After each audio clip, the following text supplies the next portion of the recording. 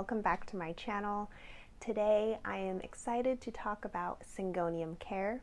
I've wanted to do this specific plant for quite some time, but as you guys know, a lot of things happened over the last couple of weeks. I moved, etc. And I'm excited to do another plant care video for you guys. Alright, so Syngoniums, if you don't know what they are, it is this lovely plant right here. There's tons of different varieties of Syngoniums. At the moment, I have this one, which is white butterfly, I believe. I also have a pink Syngonium, and I don't want to say favorite, but one that I'm really excited to watch grow is my Syngonium albo. These plants are very, very easy to care for once you just figure out what they like and what they dislike. They're also vining plants, which is great. I love vining plants, but if you don't want a vining plant, you can also trim them, prune them back, like this for example. You can cut that off and it will stay in a more bushy form, so it gives you options. It's just overall a really, really pretty plant to have in your collection. So let's start off with lighting. So these plants are very adaptable. They can tolerate all kinds of light settings really. For the greener varieties, they can handle lower light a lot better than let's say my Syngonium albo or my pink Syngonium. Those variegated Syngoniums are going to want a little bit more light. This one, for example, I have kind of farther back away from a big bay window, so it doesn't get a lot of direct sunlight, or I'd say more dampened sunlight. And then my pink Syngonium I have right in front of my window where it gets a lot of morning sun, and I'd say maybe about 4 hours of direct sun, and that keeps the pink variegation in the leaves, same as my Syngonium albo. Those ones tend to have, they lack chlorophyll, so that's where it's leaving the white variegation on the leaves. And so that one I don't like to give it a lot of direct sun because the leaves are thinner, and it can also scorch the leaves. So I keep that one in bright indirect light, but I don't let it sit in direct sunlight for long periods of time. Side note, when it comes to plants with variegation, they usually want more light. If you were to get something that's more of a green variety, or even like a pothos, or something that has a lot more green in the leaves, like my Aglaonema, this one still has the green variegation. So these ones tend to not need a lot of light. Anything that's more variegated, they are going to want a lot more light to keep the variegation in the leaves. Next, let's go on to watering. When it comes to Syngoniums, I like to water when the soil is almost dry. I say almost dry because if you let the soil dry out too much, the lower leaves of the plant will start to yellow and you'll get leaf drop. So when you see that there's a lot of leaf drop at the bottom of like the base of the plant, it's most likely due to letting the soil dry out too much. So when I water, I use a moisture meter. I'll link that down below, which moisture meter I like to use. But when I'm using my moisture meter, I put it into the soil and I try to check where the arrow is. So if the arrow is more right between dry and moist, that's when I water it, because that's telling me that the soil still has some water in it, but it's more on the drier side, and that's when I go into water. That helps me kind of avoid root rot, and that goes for a lot of my plants. I try to let them dry out a lot more before going into water. Unless it specifically likes to stay in moist soil, then that's a whole nother story. I won't talk about it in this video.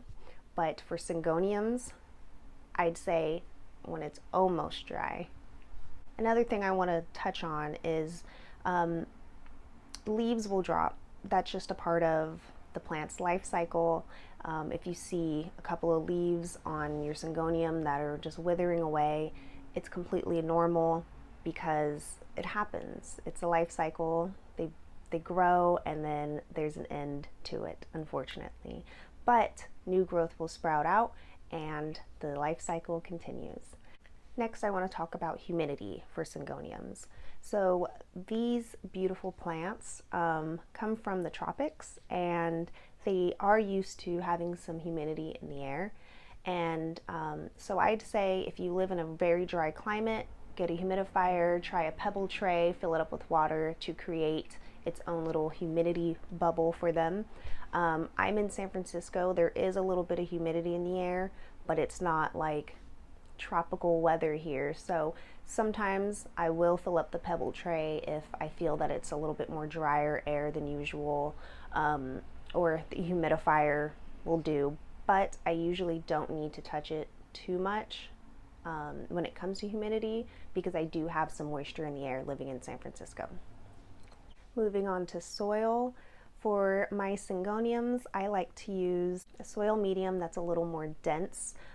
For mine, I like to do coco coir, peat moss, perlite, and bark, and that helps it helps drain the water when watering, so none of it sits in there and gets waterclogged. You don't want that. Root rot is a no.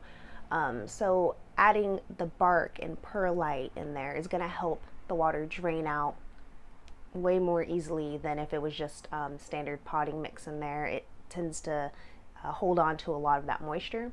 But then the coco coir and peat moss will help keep a little more moisture in still, so the soil doesn't dry out as fast and will get leaf drop if the soil dries out too fast. So I say it's a really good mixture for Syngoniums.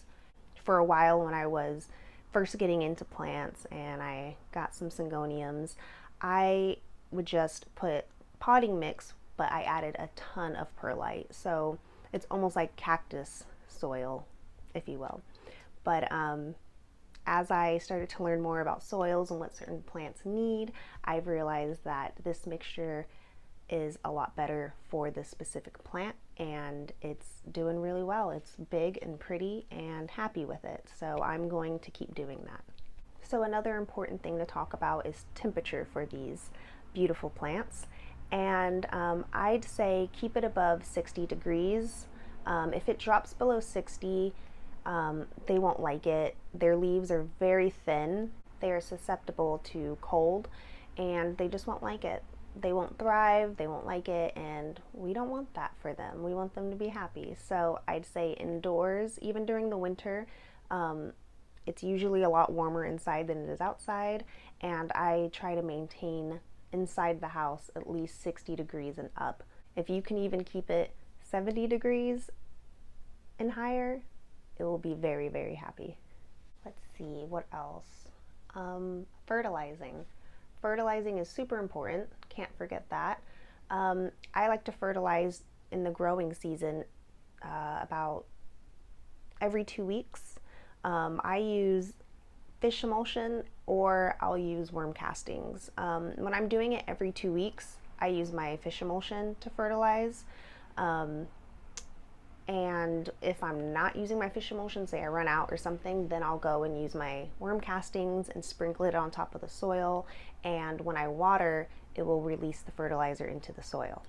When it comes to winter, which we are currently in, so this will be helpful, if your Syngonium is still pushing out new growth, go ahead and fertilize it. I wouldn't do it every 2 weeks because they still need to cut back. They're not growing as fast, so they don't need as much food. And when you over fertilize, that will burn the roots and cause burnt leaf, almost like this one. I don't know if you can see it, but this was a sign of over fertilizing, the little brown part right there. So that is a sign to cut back a little bit. I probably got really excited with feeding them and seeing all that growth, but I cut back. So yes, if they are growing still in the winter time, you can go ahead and feed them, but don't do it every 2 weeks. I'd say cut that back. Also, for new plants that you are bringing in, or Syngonium for example, I would say to not fertilize it right off the bat. Usually in plant nurseries, they will fertilize them. So I would say wait about 6 months because they usually put a slow release fertilizer in there. So 6 months, the fertilizer should be completely gone out of your plant, and then you can go in and start fertilizing. Another thing which is awesome about this plant is it is very easy to propagate. You can soil or water propagate, and let's see if this one has any. But they have little nodes, almost like how, or actually the same as how a pothos would have it. There's little nodes growing out of the side. I don't know if you can see that. And you would cut right below the node, and you can stick it in water, wait for roots to grow out. And once the roots start to grow, I usually wait until they're about 2 to 3 inches. Then I put it into some soil and keep the soil moist for at least a week, and then go into watering how you would usually water the Syngonium. And for soil propagation, you can go ahead and cut it right below the node and stick it into some soil. Keep the soil moist. The roots won't grow in dry soil. And yeah, the roots will establish in the pot and you'll have a whole new plant. Repotting. Syngoniums like to be root bound.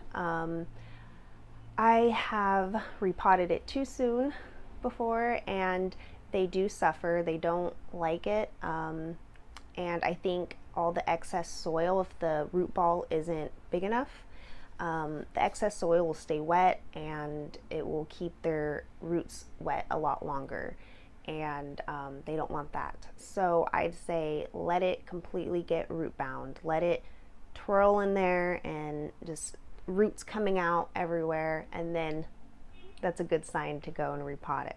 Another tip when repotting, I don't do this. I know some people do it different ways when repotting it, but when I repot my plants, I don't break up the roots. I just clean the soil off. I keep it in the shape that it's in when it was in the pot, and I place it into some new soil and fill it up. I don't break the roots because I don't want to disturb the roots at all. I don't want to cause any damage and disrupt the whole thing they got going on. So I leave it and I just place it in a bigger pot and I fill it up with soil, and that way no roots were damaged in the process. Roots will find their way through the soil. They're gonna find their way to get to water. They'll figure it out. They know what they're doing. Don't worry about it. Last but not least, let's talk about it being toxic to animals. So if ingested, these are toxic, so keep them away from your babies, from your pet babies. So try to hang them up or put them on a shelf. Other than that, they are a beautiful thing to look at. Don't eat them. All right, I hope those tips helped you. Syngoniums really are such a beautiful plant to have in your home. They're just very unique in their shape, and I love having them. I can't wait to grow my collection even more. Let me know down in the comments if this video helped you at all, or if you have any other questions that I didn't mention in this video, let me know down below. And if you like this video, make sure to like and don't forget to subscribe. That would be awesome. Thank you guys so much for watching my videos and tuning in to see what I have to say. I really appreciate it. I'll see you guys in my next video.